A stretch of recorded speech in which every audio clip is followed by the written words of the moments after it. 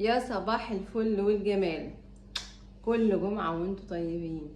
ما تنسوش بقى النهاردة يا جماعة نقرأ سورة الكهف عشان ربنا ينور لنا طريقنا ما بين الجمعتين. النهاردة بقى انا مش ما بدخلش اصلا المطبخ، وفي الغالب ما بطبخش، بس هعمل حاجة كده حلوة قوي اسمها رغيف برجر معمول بالعيش البلدي. بس هنظبطه مع بعض. تمام، يلا نبتدي. هنعمله في الجريل بتاعنا القمر ده على البوتاجاز. يلا بينا. اول حاجة هنا هحط كده نقطتين من الزيت، وادي البرجر بتاعنا اهو. هنبتدي نحطه في الجريل.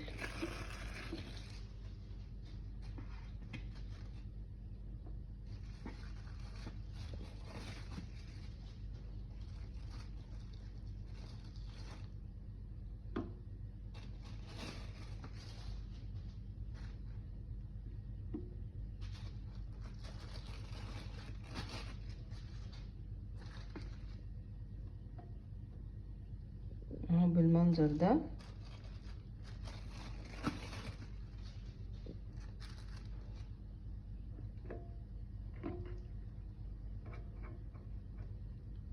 تمام، هسيبه بقى في الجريل لغاية ما يستوي.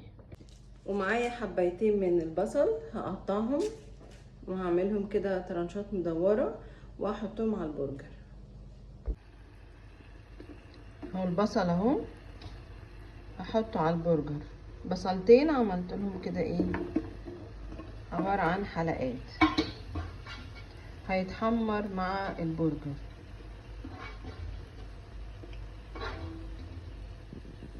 وهنقفلها كده. وادي البرجر اهو بعد ما خلص. بصوا ريحته فظيعة. وعلى فكرة البرجر ده ينفع لو حابب تاكل اكلة دايت، يعني لان هو اتحط بنقطتين زيت في الجريل.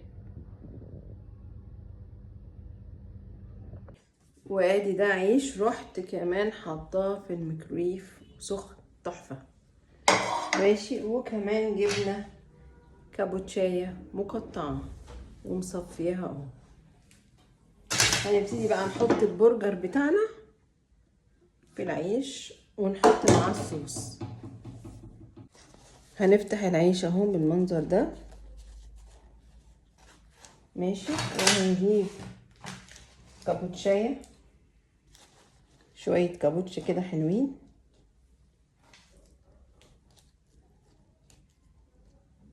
ماشي، وبعد كده معايا صوص اي نوع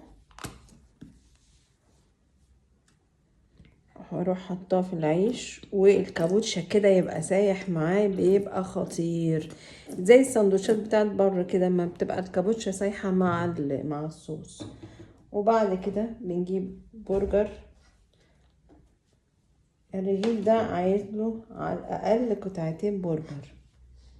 ماشي، ونجيب بقى شويه من ايه، من البصل اهو، ونحطه مع ايه. ادي كده الساندوتش بتاعي اهو، رغيف برجر.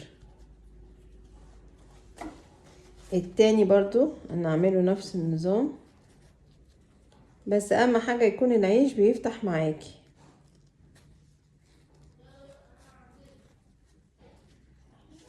ده ما بيفتحش. نشوف التاني ده.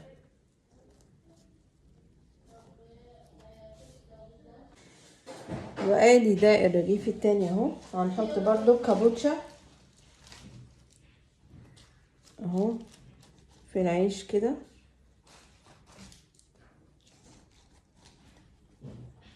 اهي. وبعد كده هنحط البرجر.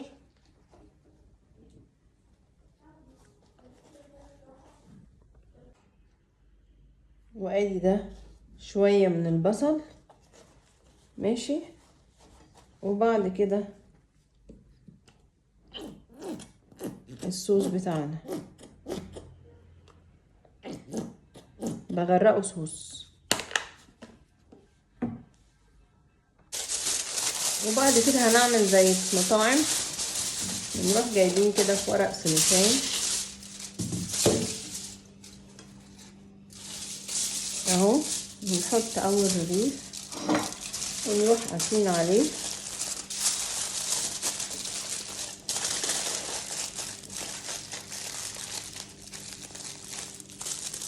ماشي، وهنروح جايبين برضو الرغيف التاني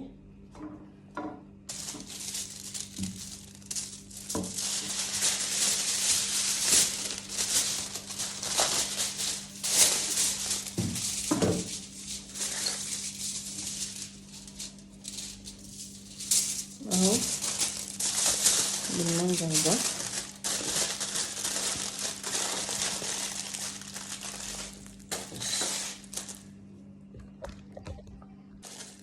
هو ده بقى ايه اللي قصدي عليه يوم الجمعة، رغيف برجر، عايزاكم تجربوه.